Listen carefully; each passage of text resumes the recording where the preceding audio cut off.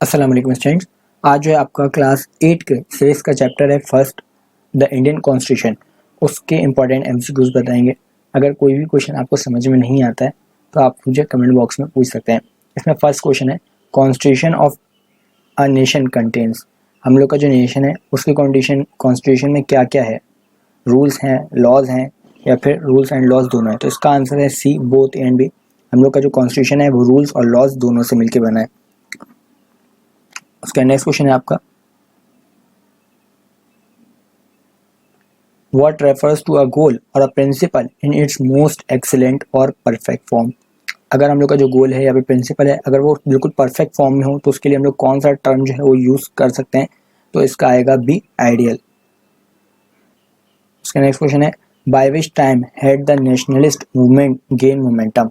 Nationalist movement को सबसे ज़्यादा मोमेंटम कब गेन हुआ था, तो इसका है beginning of 20th century, middle of 20th century, end of 20th century. तो इसका आंसर है A, beginning of 20th century. उसका नेक्स्ट क्वेश्चन है when did the king of Nepal finally takes over as the head of the government. जो नेपाल की government थी वहाँ से किंग रूल कब ख़त्म हो गया था, तो इसका आंसर है आपका बी, फरवरी 2005 में। 2005 के बाद नेपाल के अंदर डेमोक्रेटिक गवर्नमेंट आ गई थी। उसका नेक्स्ट क्वेश्चन है state government have authority to make rules on subject of. State government कब जो है अपने रूल्स बना सकती है, उसके बाद कौन कब अथॉरिटी होती है कि वो रूल्स बना सकती है, जब एशिया का मसला हो, नेशनल कंसर्न हो या फिर बोथ ऑफ दीज। तो इसका आंसर होगा आपका डी, नन ऑफ दी। क्योंकि स्टेट गवर्नमेंट जितने भी मसले होंगे, स्टेट के अंदर जितने भी मसले होंगे, सिर्फ उसी के ऊपर उसके ऊपर अथॉरिटी होती है कि वो उसमें रूल्स बना सकती है। बाकी एशिया में अगर कोई चीज़ होती है तो उस पर भी उसके पास अथॉरिटी नहीं है कि वो रूल्स बना सके, और ना ही नेशनल कंसर्न में वो अपने कोई रूल बना सकती है। उसका नेक्स्ट क्वेश्चन है what has a role to play in information of government under universal adult suffrage। कौन रोल प्ले करता है अगर गवर्नमेंट बनानी हो, यूनिवर्सल एडल्ट सफरेज के अंडर में अगर गवर्नमेंट बनानी हो तो सबसे ज़्यादा कौन इंपॉर्टेंट रोल प्ले करता है। All in adult Indians, only male, all children. तो इसका होगा ए, आपका एडल्ट इंडियंस। नेक्स्ट क्वेश्चन है what kind of role citizens of India play in electing representative. जब भी इंडिया के पीपल्स अपने रिप्रेजेंटेटिव को इलेक्ट करते हैं तो वो कौन से टाइप का रोल प्ले करते हैं, डायरेक्ट, इनडायरेक्ट, नो रोल। तो इसका होगा आपका आंसर सी, डायरेक्ट रोल। इसका नेक्स्ट क्वेश्चन है what refers to independent people in a democratic form of government. Democratic government के अंदर इंडिपेंडेंट पीपल जो होते हैं उनके लिए क्या वर्ड यूज किया जाता है, तो इसका आपका आंसर है ए। इसका नेक्स्ट क्वेश्चन है if a 13-year-old child is working in a factory what is it called. अगर किसी फैक्ट्री के अंदर एक 13 ईयर का ओल्ड चाइल्ड जो है वर्क करता है तो उसको लिए क्या टर्म यूज किया जाएगा, तो इसका आंसर होगा B, child labour. Next question है which of the following are fundamental rights. इनमें से कौन सा ऐसा है जो कि फंडामेंटल राइट के अंदर आता है, right to equality, right to freedom, right to against exploitation. तो इसका आपका आंसर है डी, तीनों ही राइट्स जो हम लोग के फंडामेंटल राइट के अंडर में आते हैं। इसका नेक्स्ट क्वेश्चन है secularism means that the state promotes. Secularism का क्या मतलब होता है, तो इसका आंसर है बी, नो रिलीजन। इसका नेक्स्ट क्वेश्चन है who was the first prime minister of free India. जब इंडिया को आज़ादी मिल गई थी उसके बाद फर्स्ट प्राइम मिनिस्टर किसको इलेक्ट किया गया था, तो इसका आंसर है ए, जवाहरलाल नेहरू। क्वेश्चन है the Indian constitution was drafted bye. Indian constitution, तो इसका आंसर होगा आपका बी, कॉन्स्टिट्यूएंट असेंबली। इसका नेक्स्ट क्वेश्चन है in Nepal the struggle for democracy started in. Nepal के अंदर डेमोक्रेसी के लिए स्ट्रगल कब स्टार्ट कर दिया गया था, 1990, 1991, 1992 या फिर 1994। थ्री का जो आंसर है वो है आपका ए, 1990। इसका next question the father of Indian constitution. Indian constitution का फादर किसे कहा जाता है, तो इसका आंसर है ए, आपका डॉक्टर भीमराव अम्बेडकर। उसका नेक्स्ट क्वेश्चन है to ensure greater economic and social reform the constitution introduce. तो 5 का जो आपका आंसर है वो है A, directive principle of state policy. उसका नेक्स्ट क्वेश्चन है question number 6 dash is a group of people who make laws and run the government. ये एक तरीके का ग्रुप ऑफ पीपल होता है जो कि लॉ बनाता है और गवर्नमेंट को रन करता है, तो इसको क्या कहते हैं। तो इसका जो आंसर होगा वो होगा आपका डी, एग्जीक्यूटिव।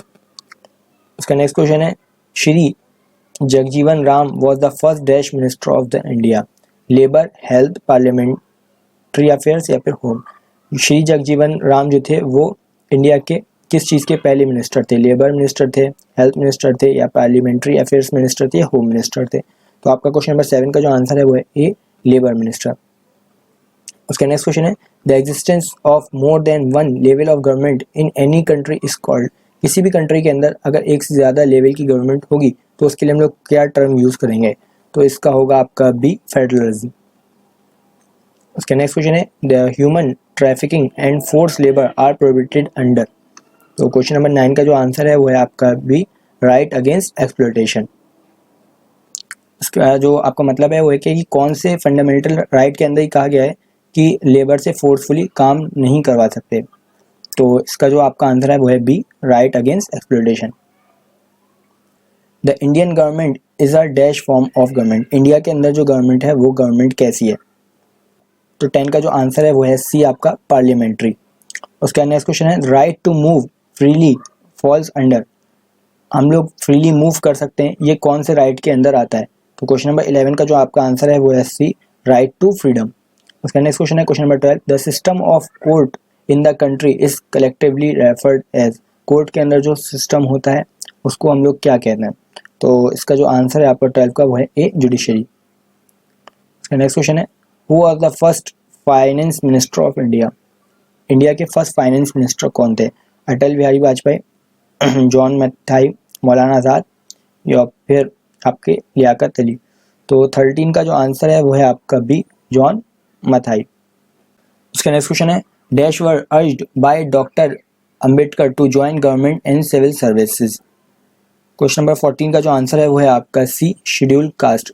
भीमराव अंबेडकर ने किन लोगों से अपील की थी कि वो लोग गवर्नमेंट को ज्वाइन करें और सिविल सर्विस को भी ज्वाइन करें? तो इसका होगा शेड्यूल कास्ट के लोगों को उन्होंने अपील की थी। इसका नेक्स्ट क्वेश्चन है question number 15, the first health minister of independent India was. India को फ्रीडम मिलने के बाद जो है फर्स्ट हेल्थ मिनिस्टर कौन थे इंडिया के? 15 का जो आपका आंसर है वो है सी, राजकुमारी अमृत कौर। नेक्स्ट क्वेश्चन है, the Indian constitution was finally completed in.